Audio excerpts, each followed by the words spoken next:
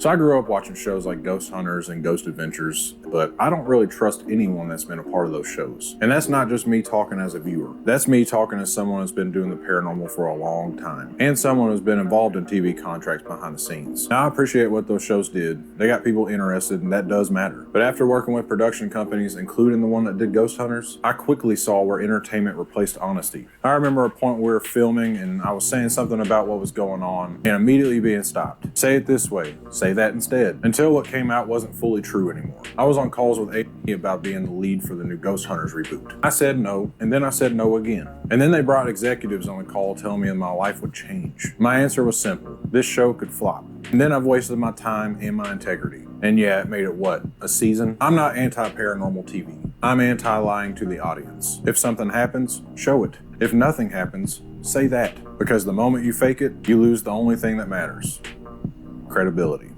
Within 24 hours, Zak Bagans went from the king of paranormal television to completely unemployed with his career destroyed, the fastest collapse in industry history.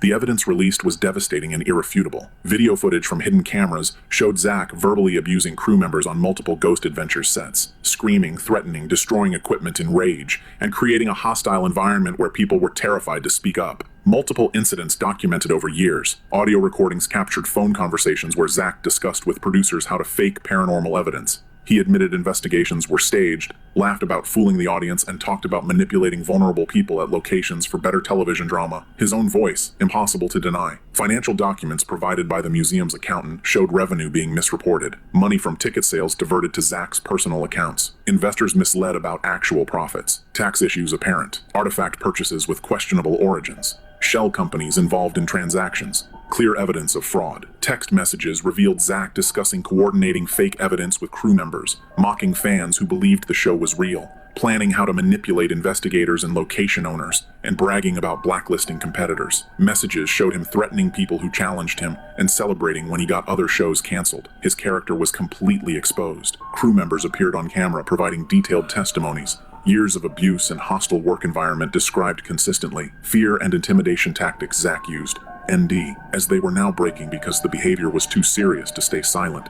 Legal protection being sought. Location owners came forward with their own evidence, contracts showing exclusivity demands, threats of lawsuits if they allowed other shows to film, proof they were lied to about the show's nature, documentation of property damage never compensated, legal threats if they spoke publicly. The scope was systematic, not isolated incidents. Years of deliberate deception involving many people, covered up through threats and NDAs. Network executives possibly knew. The entire show's credibility destroyed. Nothing could be trusted. Everything Zak built was exposed as fraud and abuse. The evidence left no room for doubt or defense. Within hours of the evidence surfacing, every single person associated with Zak Bagans publicly distanced themselves. Aaron Goodwin posted he had no idea this was happening and thought investigations were legitimate. Billy Tolley announced he was cooperating with any investigation. Jay Wasley's statement emphasized he was just an employee not responsible for Zak's actions. All three were protecting their own careers. No loyalty remained. Nick Groff's response was immediate. "This is exactly why I left. I saw this behavior firsthand and tried to warn people." Everything he'd said about Zak for years was now vindicated. Fans who had doubted Nick apologized. His career was thriving while Zak's burned.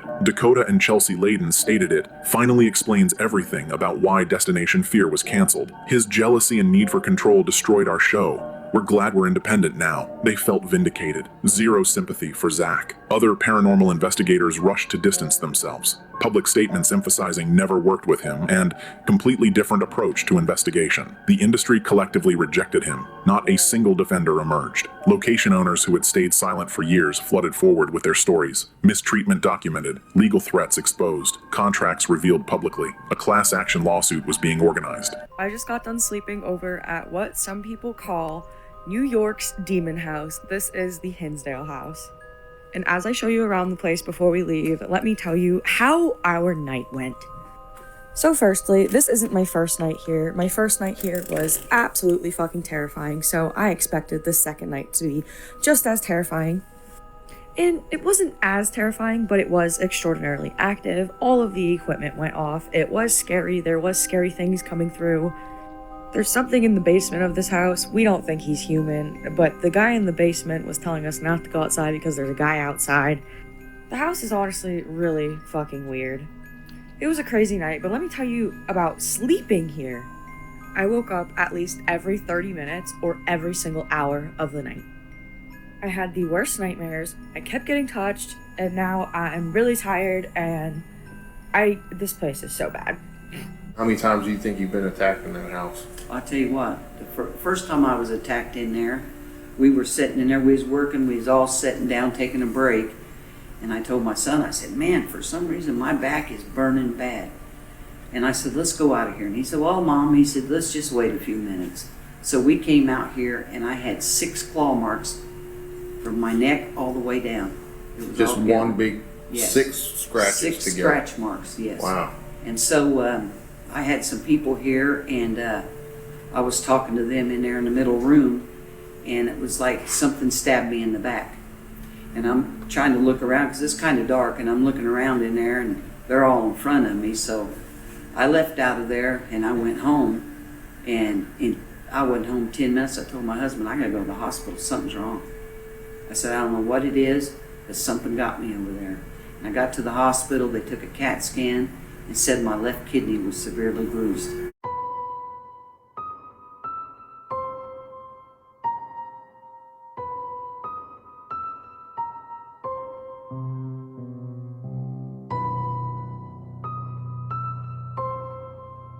My parents have lived in this house for 15 years, and I've always heard someone walking upstairs, day and night. And we finally caught this on camera. This woman caught a monster on her camera. Y'all, a woman in North Carolina uploaded some crazy camera footage from outside of her house. This was taken in her backyard. She has one in her backyard, one on the side, other side, and the front of her house. And this thing was captured not only on her backyard camera, but on the side yard camera as well. They said they came home one night, they were turning into their driveway and they saw something in the wood line. So they checked their cameras and this thing showed up on their camera. At first I was like, that is a creepy looking person. And then I saw the side camera view. This thing runs, jumps on this little wall right here, and then runs away into the woods. And when you look at the proportions of this thing, it is not a human. I am not sure what this thing is. But it really makes me think about that North Carolina 911 call. And what if whatever this is what jumped in the back of it? All right, today's today. We are sick and tired of whatever's going on in this house. We are leaving. We've decided to move. Movers are here. They've wrapped everything up. We are packing out, and hopefully that's the end of it. This is a video that I really did not want to make, but you guys tell me.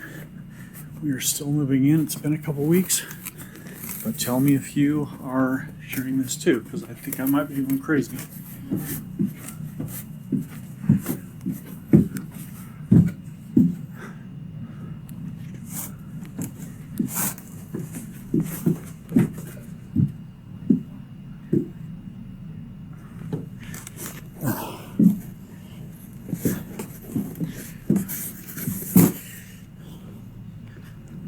There's no way, dude.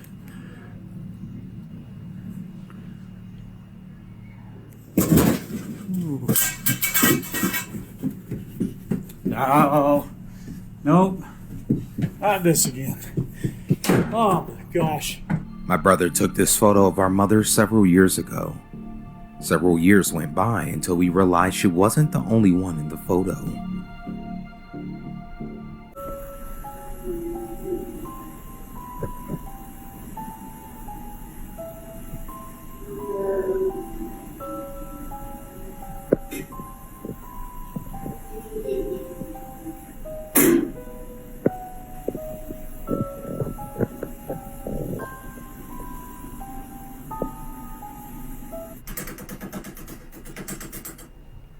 Who the hell let Grandpa in the basement again?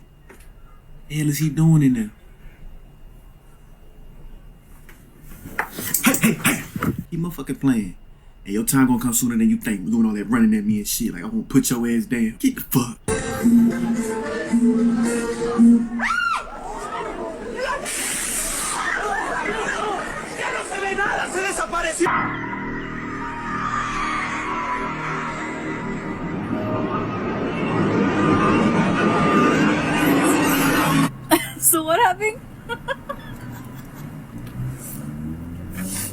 crying.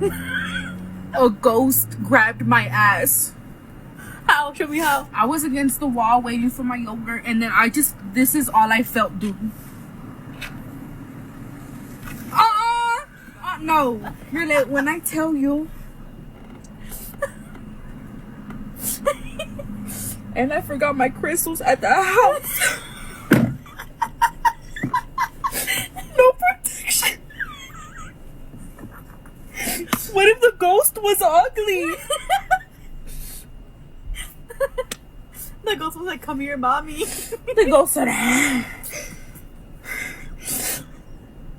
the ghost was like, I've never seen that ass back in 1940. Ethel, if you could just unplug the straightener. Maddie left it plug. What? Were you in the bathroom? Were you making a spooky dookie? You don't need it. You can literally walk through things. Why are you hitting into that? You just spilled the... Yes. Pull... Yeah, alright. Use your power. Like, we learned how to do this, right? Pull a little bit harder. Focus your energy. A little bit more. Come on. I'll put on Selling Sunset. I think I can control the TV with an app. I'll put it on now. Come on. Use your power. We literally trained for this. A little bit more. A little bit more. Yep. Yeah. Okay, good. Good. Thank you. We appreciate you. We're going to be home in like 35 minutes. No. You can walk through things. You are a ghost. Why are you going back to the bathroom? There better not be any ghostly skid marks in the toilet, alright? I don't want to see any of that.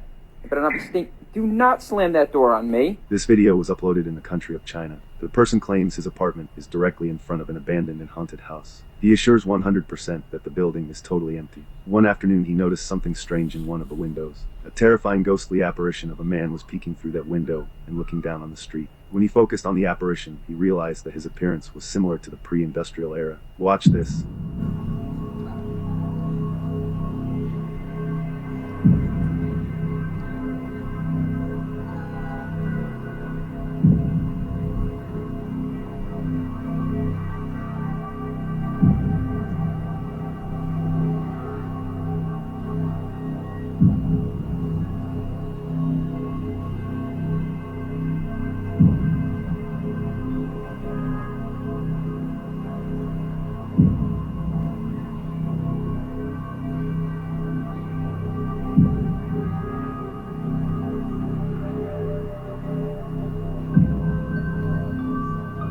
This may look like a simple, blurry picture of two kids, but if this creeps you out, that's because there's supposed to be only one of them. While preparing for a local amateur basketball competition in 2003, this footage was recorded on camera. However, this mysterious person was not seen by anyone at that time. Yes, this could be just another person, but it is argued that this figure has no shadow and is too dark even when facing the light. To this day, this mysterious figure is considered to be one of the clearest full-body apparitions in the Philippines. But is it actually real? It's up to you to decide. Okay, this was brought to my attention. Let's see what it is. Oh, there we go. Full-bodied apparition. Right there. That's awesome. Man, I hope that's real. Looks like what I've seen in the past.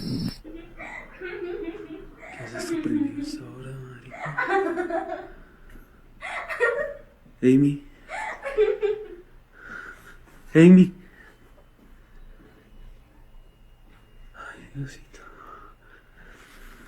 Amy? Amy?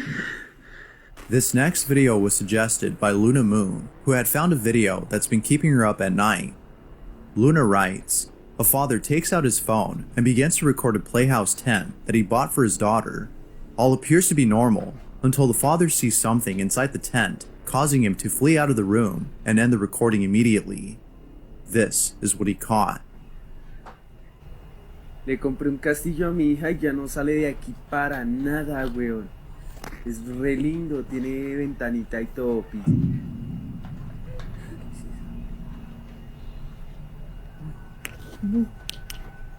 As the father walks over to the side of the tent, he sees what appears to be someone hiding inside. But as soon as he pans back to the tent's entrance, the figure is no longer there. Naturally, the father ran out of the room and ended the recording. Now, this one's hard to explain. Nothing appears to have caused the blanket to rise on its own and appear as though someone were hiding underneath it. The father believes that the playhouse belonged to a child who is now deceased and whose spirit continues to play inside. Although Luna is a skeptic, she too believes in this notion. But if it weren't for the photo the father had taken the next day, she would not have believed him. In this photo, something really creepy is captured. The father had taken a picture of the playhouse to show his wife, when out of nowhere, he captures what appears to be a child peering through the room's window. Mind you though, that the father lives on the 15th floor of an apartment complex with no balcony outside of this room. Now that's creepy. Downright creepy things that have happened in Michigan. Coming in at number 1, we have the actual murder that inspired the movie Jeepers Creepers. A husband and wife are passing by this abandoned schoolhouse when they notice a green truck, as well as a man carrying what looks to be a blood-soaked sheet with a body inside it. Well, just a few miles later, this truck is now barreling up behind them, and it would follow them menacingly for a good few miles before turning off. It was at this time they decided to go back and get his license plate, and when they passed by him one more time, he is now changing the plates, and there is a substantial amount of blood within the vehicle. This man's name was Dennis DePue, and he had just recently murdered his ex-wife in front of his own children. Next, we have a woman from Detroit who would poison 14 customers as a result of being demoted at work. You see, what happened was when her job title changed from cook to dishwasher, she took it upon herself to start placing arsenic in the biscuits. And even though there was a substantial amount of evidence linking her to this crime, she was able to get off on all charges. This woman's name was Rose Barron, and several members of her own family would die under mysterious circumstances just a year prior. In addition to this, she will be the sole claimer of their life insurance policy. Before we get to number 3, I would just like to say if you are into this sort of thing, I have several playlists on my page, of which contain more thorough videos of strange happenings. Last but definitely not least, we have what I like to call Detroit's very own Hinterkaifeck murder, otherwise known as the St. Euben Street Massacre. Back in the late 1920s, a man by the name of Benny Evangelist claimed to be hearing the voice of God. It was at this point he filled his basement with these creepy wax dolls, started a cult, and began writing his own Bible. Well, on the very night that Bible was published, he, along with his wife and 4 children, were brutally murdered by someone with an axe throughout the house. And Benny himself was found to be sitting in a prayer-like position with his head sitting in a chair several feet away. The killer was never found. Did you guys hear about that 911 operator who got a call at 3:30 in the morning from an abandoned funeral home? If you didn't, I'm about to play it for you. But please keep in mind, this is a funeral home where nobody is currently working. Cops drive by it later to see if anybody was there. It's abandoned, the lights are out, nobody's working, and you can just very faintly hear someone talking. 911, this is Erica. How can I help you?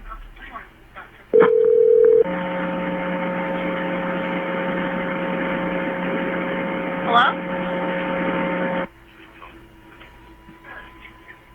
Hello?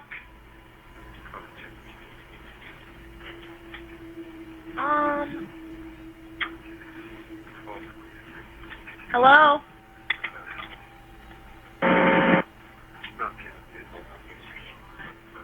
This is a video of the last few minutes of Dad's life. Mom had been with him throughout the night and heard the death rattle, but she went on to bed, and suddenly I woke up at 6 o'clock, talked to Mom and said, I think it's the very end. I sat down with him and held his hand, and you can hear the death rattle.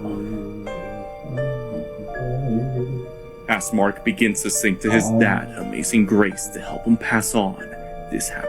What looks like a speck of light can be seen leaving his body moments after his last breath. It can later be seen next to his son Mark as it flies up and vanishes. Mark believes this was the spirit of his father Joe crossing over. question that has long plagued police is, what do we make of the McGrady tapes? So back in like 2001, at a Blockbuster in McGrady, North Carolina, a car drove by in the parking lot and just dropped a tape outside of the building. So employees saw that and they went outside to get the tape and they were like, who would drop a tape off like that? Until they looked at it and they noticed something was wrong. This was the tape that was recovered from the parking lot and it was completely unlabeled. According to the story, they took it to the back room where they were able to play it back, and this was the footage they found. It is a 40-minute video of a person's face looking under what looks like a bathroom stall, and it's completely silent, like straight, uncut 40 minutes of this and the cameraman just breathing heavily while they videotape this. Management turned the tape over to police, and the strangest part is that a search canine signaled that the tape had traces of human decomp on it. To this day, whoever's behind the McGrady tape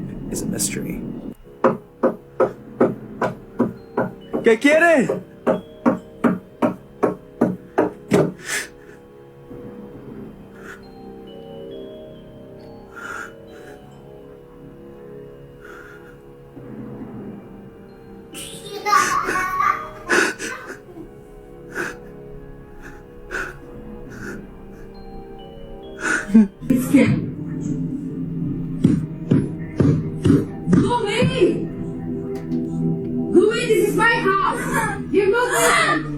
It's a heavy, rhythmic pounding that shakes the frame. Then, the impossible happens. The door slowly swings open as if someone is stepping into the room. You can hear the mother's voice trembling but defiant as she shouts, "Go away, this is my house." She is literally fighting for her home against a force that shouldn't exist. The family allegedly moved out just days after this recording.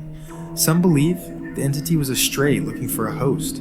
If you saw a shadow watching your kids from the hallway, would you stay to fight or leave everything behind?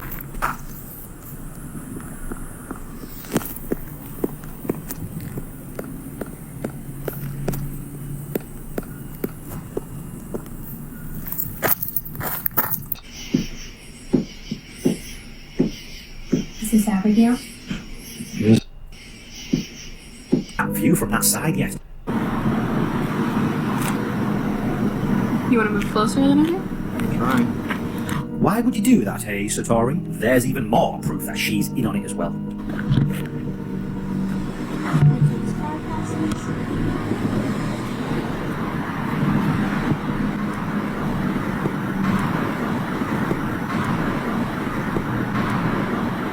Did you see that? That is the most blatant popping we have seen yet. I see it and feel it. I see it and feel it. Well, I hear it. You're seeing something. Yeah. We'd be asking to see your ability. Yeah, guys. I mean, it's kind of pretty legit. I mean, you can't. I mean, what are you gonna do? You know what I mean? Like, it's on cement now. Now, obviously, you can't blame Josh here for being fooled. He didn't know what he was looking for at the time. Hell, I was fooled. Millions of us were fooled. They were very good on Sam and Colby's channel, but not here, years before, with not as much practice. Possibly the best look yet at them faking, in my opinion, because we haven't got that view from that side yet. And he ended, beginning and ended with the same kind of weird signal that came my way. It's probably in the notes because I've been asked enough about it. That after my first creative conversation, I had done hours of research, watching her in interviews throughout the decades. And then James and I had to make the decision whether I was going to take the role. And so James and I had a creative conversation. And at the end of it, I said, if Patrick's in, I'm in.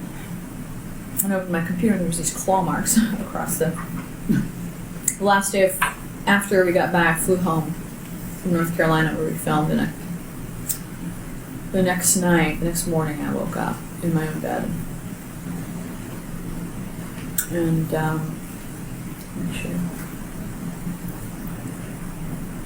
and the same claw marks appeared on my thigh. Mm-hmm. Oh, wow. You have to call. You have to have some holy water.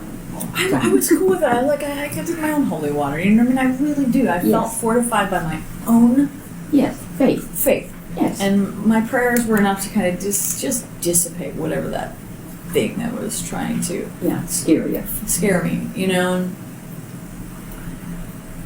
Intimidate you. Yeah. And they do. Yeah. And they do. Definitely. Yeah. They do. And I don't dwell on it, so I don't give it that power. I don't give it that, you know. I think For those of you who are not aware, we've all learned that Ed Warren kept a 15-year-old girl that he got from a bus. He picked her up on a school bus and kept her as a partner against her will. She says at least at 15 she would have been, and then up through the ages, and that Lorraine knew about it the entire time. It's crazy business to me that nobody else is mentioning this. It pisses me off so much anytime I see anything about those two. That should outweigh any of their other legacy. First of all, they're scam artists. Yes, completely. Second of all, they're criminals and sex predators. So didn't he get her pregnant? It is my understanding one of the allegations is that he impregnated her and that the couple paid for her to obtain an abortion. But again, anytime the Warrens come up and it's not preceded with sex predator couple, Ed and Lorraine Warren, I'm just like, everyone's burying the lead. And I really don't think a lot of people know. Did you guys not know that Ed and Lorraine Warren were a total freaking scam?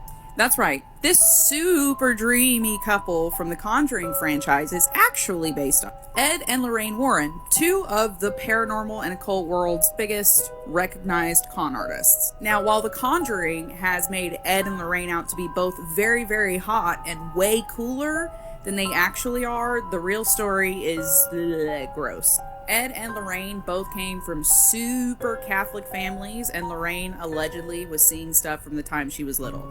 Ed would come along later and say that he had also seen stuff when he was little, but yeah, we don't trust anything Ed says, and you'll see why in just a minute. Anyway, when they first got together, Ed went to art college after he got out of the Navy, and the couple would go around and draw pictures, paint pictures of houses that they said were haunted. And then they would go up to the people who lived in the house and go, "Hello, we've just sketched your house because my wife sees ghosts in them. You should pay us $500 and we'll come in there and get rid of those ghosts right away." And this was the grift. This was the scam that got them on talk shows and got them over to the Amityville house and all the places that these cases were allegedly based on, including famously the Enfield poltergeist, right? The Enfield poltergeist happened over in England.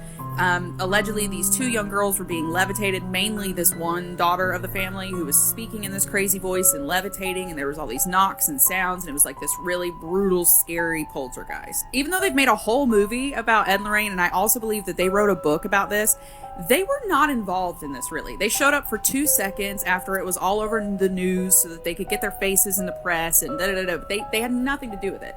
They like to attach their names to big hokey kinds of cases. It's a whole thing. But the worst part about it is Judith Penny. That's the worst part about it. Judith Penny was a young teenage girl that got brought into their family for Ed to essay for years. And Lorraine knew about it and helped cover it up. Wonderful stuff, eh? No wonder Ed liked to hang around priests. Anyway, diabolical couple. They were both awful. I don't know if Lorraine is still alive. Ed's gone. One of their sons, I think, is running Annabelle and the whole museum and the whole thing, but not scary in the paranormal way. Scary in the way. If you would like to learn more about them, I do highly recommend Last Podcast on the Left. They did a 2-part series on Ed and Lorraine Warren, and it is enlightening and funny. But yeah, two con artist scripters who didn't even have consciousness, you know what I mean? Like, they didn't have that voice in the back of their head saying, "Don't do that." So I highly doubt they ever met a ghost or a demon. And they definitely never looked like this. But wow, am I grateful that casting did this. But yeah, potato-bodied PDF Ed Warren and his lovely wife. Blech. If you ever see this thing hopping toward you on one leg, run right away, because it's definitely not friendly. This creature is called a pocong, a ghost from Indonesian and Malaysian folklore. At first glance, it looks like a person wrapped in a white cloth, but the story behind it is seriously creepy. In tradition, when someone dies, their body is wrapped in a clean burial shroud and tied at the head, the neck, and the feet. It's an important ritual to honor the dead. But there's one crucial detail. Before the body is buried, all the knots have to be untied. If they're not, then according to legend, well, that's how a pocong happens. Why does it hop? Because in the stories, the knot around its feet stays tied, so it can't walk normally. It can only move by bouncing forward. Some versions even say that really old pocong don't need to hop anymore. They can float in the air, which makes them even harder to predict. What makes people so uneasy is that you never know why a pocong is coming toward you. Some legends say they just want to deliver a message or ask for prayers. But most stories warn that Pokong are not your friends, and you should stay far away from them. Another creepy detail. People believe Pokong can travel alone or in groups, jump over obstacles, move insanely fast, and appear in places you'd never expect. Ini loh saudara lu nih, bawa sekalian ini.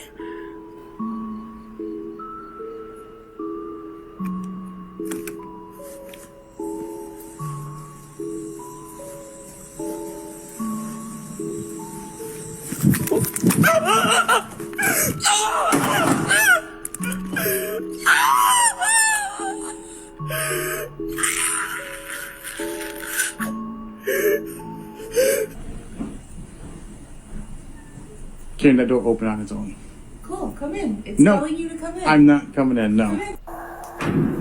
Whoa, what the fuck? What was with that picture? Oh my god.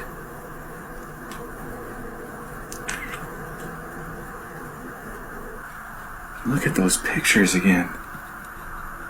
What the hell? They're all dark and there's like this, I don't even know how to describe it. There's like this, that almost looks like blood. You can clearly see that the flash on my digital camera was working properly, yet these two photos took on a dark reddish hue with no explanation. When the first photo is brightened, you can see there is nothing otherwise unusual about it. However, in the second photo, two dark masses can clearly be seen covering the pillows, headboard, and blanket of the master bed. What is truly shocking is that they almost appear to be bloodstains and are positioned exactly where Josiah and Sarah Moore would have been sleeping during the murders.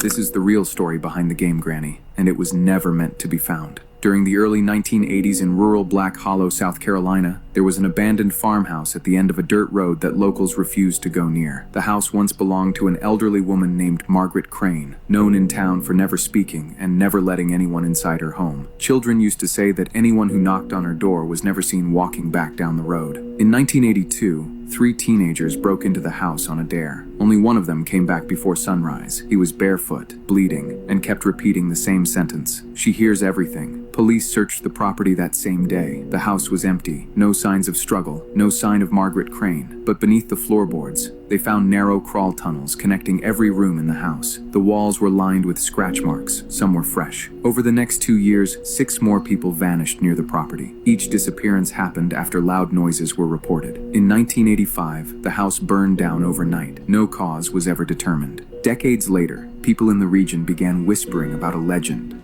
A story of an old woman who hunted anyone trapped inside her house by sound alone. Most dismissed it as folklore. Just another cautionary tale to keep kids away from abandoned properties.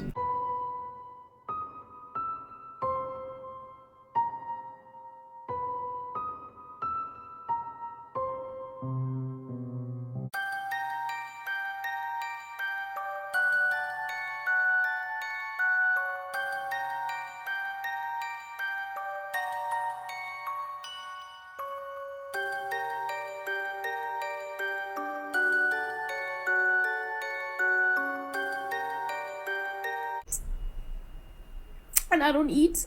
What the fuck? Why am I crying yellow?